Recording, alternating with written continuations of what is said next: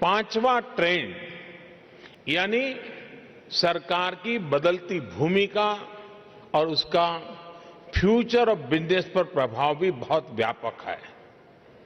मेरी एम्फेसिस हमेशा minimum government maximum governance पर रही है। मैं समझता हूं कि कॉम्पिटिटिव, इनोवेटिव और डायनेमिक बिजनेस सेक्टर के लिए एक प्रोएक्टिव, ट्रांसपेरेंट गवर्नमेंट अच्छे फैसिलिटेटर का रोल अदा कर सकती है। स्पष्ट नियम और फेयर सिस्टम प्राइवेट सेक्टर की ग्रोथ के लिए आवश्यक है। इसी सोच और इसी अप्रोच के साथ भारत में पिछले 5 सालों में हमने कई मेजर स्ट्रक्चरल रिफॉर्म्स किए हैं।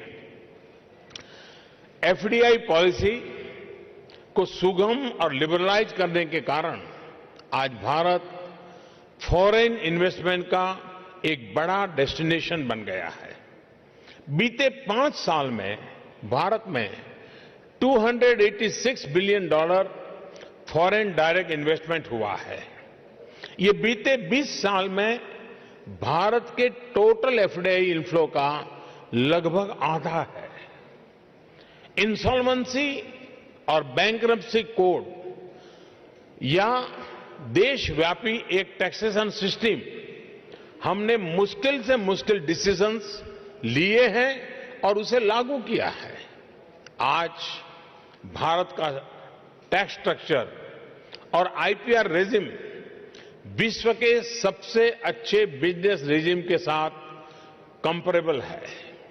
ऐसे ही सुधार के कारण हर ग्लोबल रैंकिंग में भारत निरंतर बेहतर प्रदर्शन करता जा रहा है। भारत में आज लगभग हर नागरिक के पास यूनिक आईडी, मोबाइल फोन और बैंक अकाउंट है।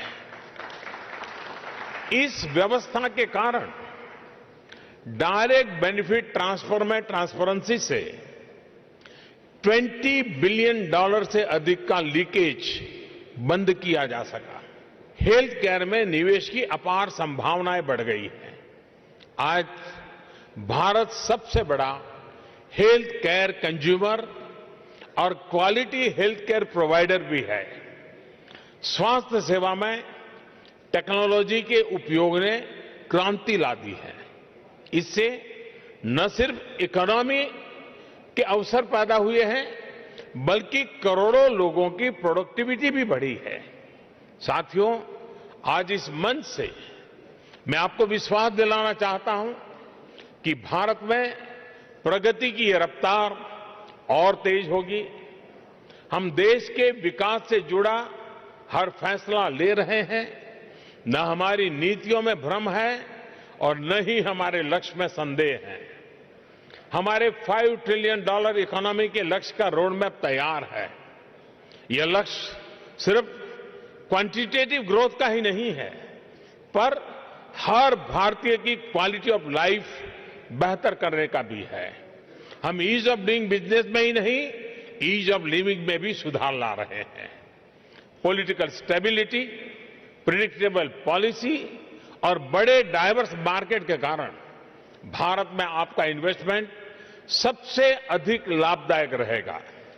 फ्रेंड्स, हमारे साथी देशों का सहयोग हमारी विकास यात्रा का अभिन्न अंग है।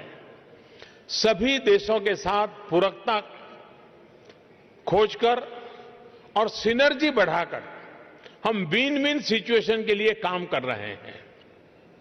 सऊदी अरेबिया के विजन 2030 और इकोनॉमी को डाइवर्सिफाई करने की योजनाओं में हम उनके साथ कदम से कदम मिलाकर के चलेंगे।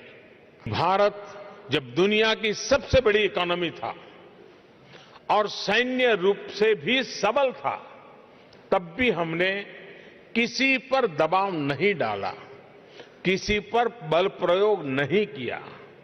भारत ने अपनी क्षमता और उपलब्धियों का पूरी दुनिया के साथ बांटा है, क्योंकि हमने पूरी दुनिया को एक परिवार माना है। वसुधैव कुटुंबकम नए भारत में शक्ति नई होगी, लेकिन उसके चिंतन में वही सनातन आत्मा झलकेगी।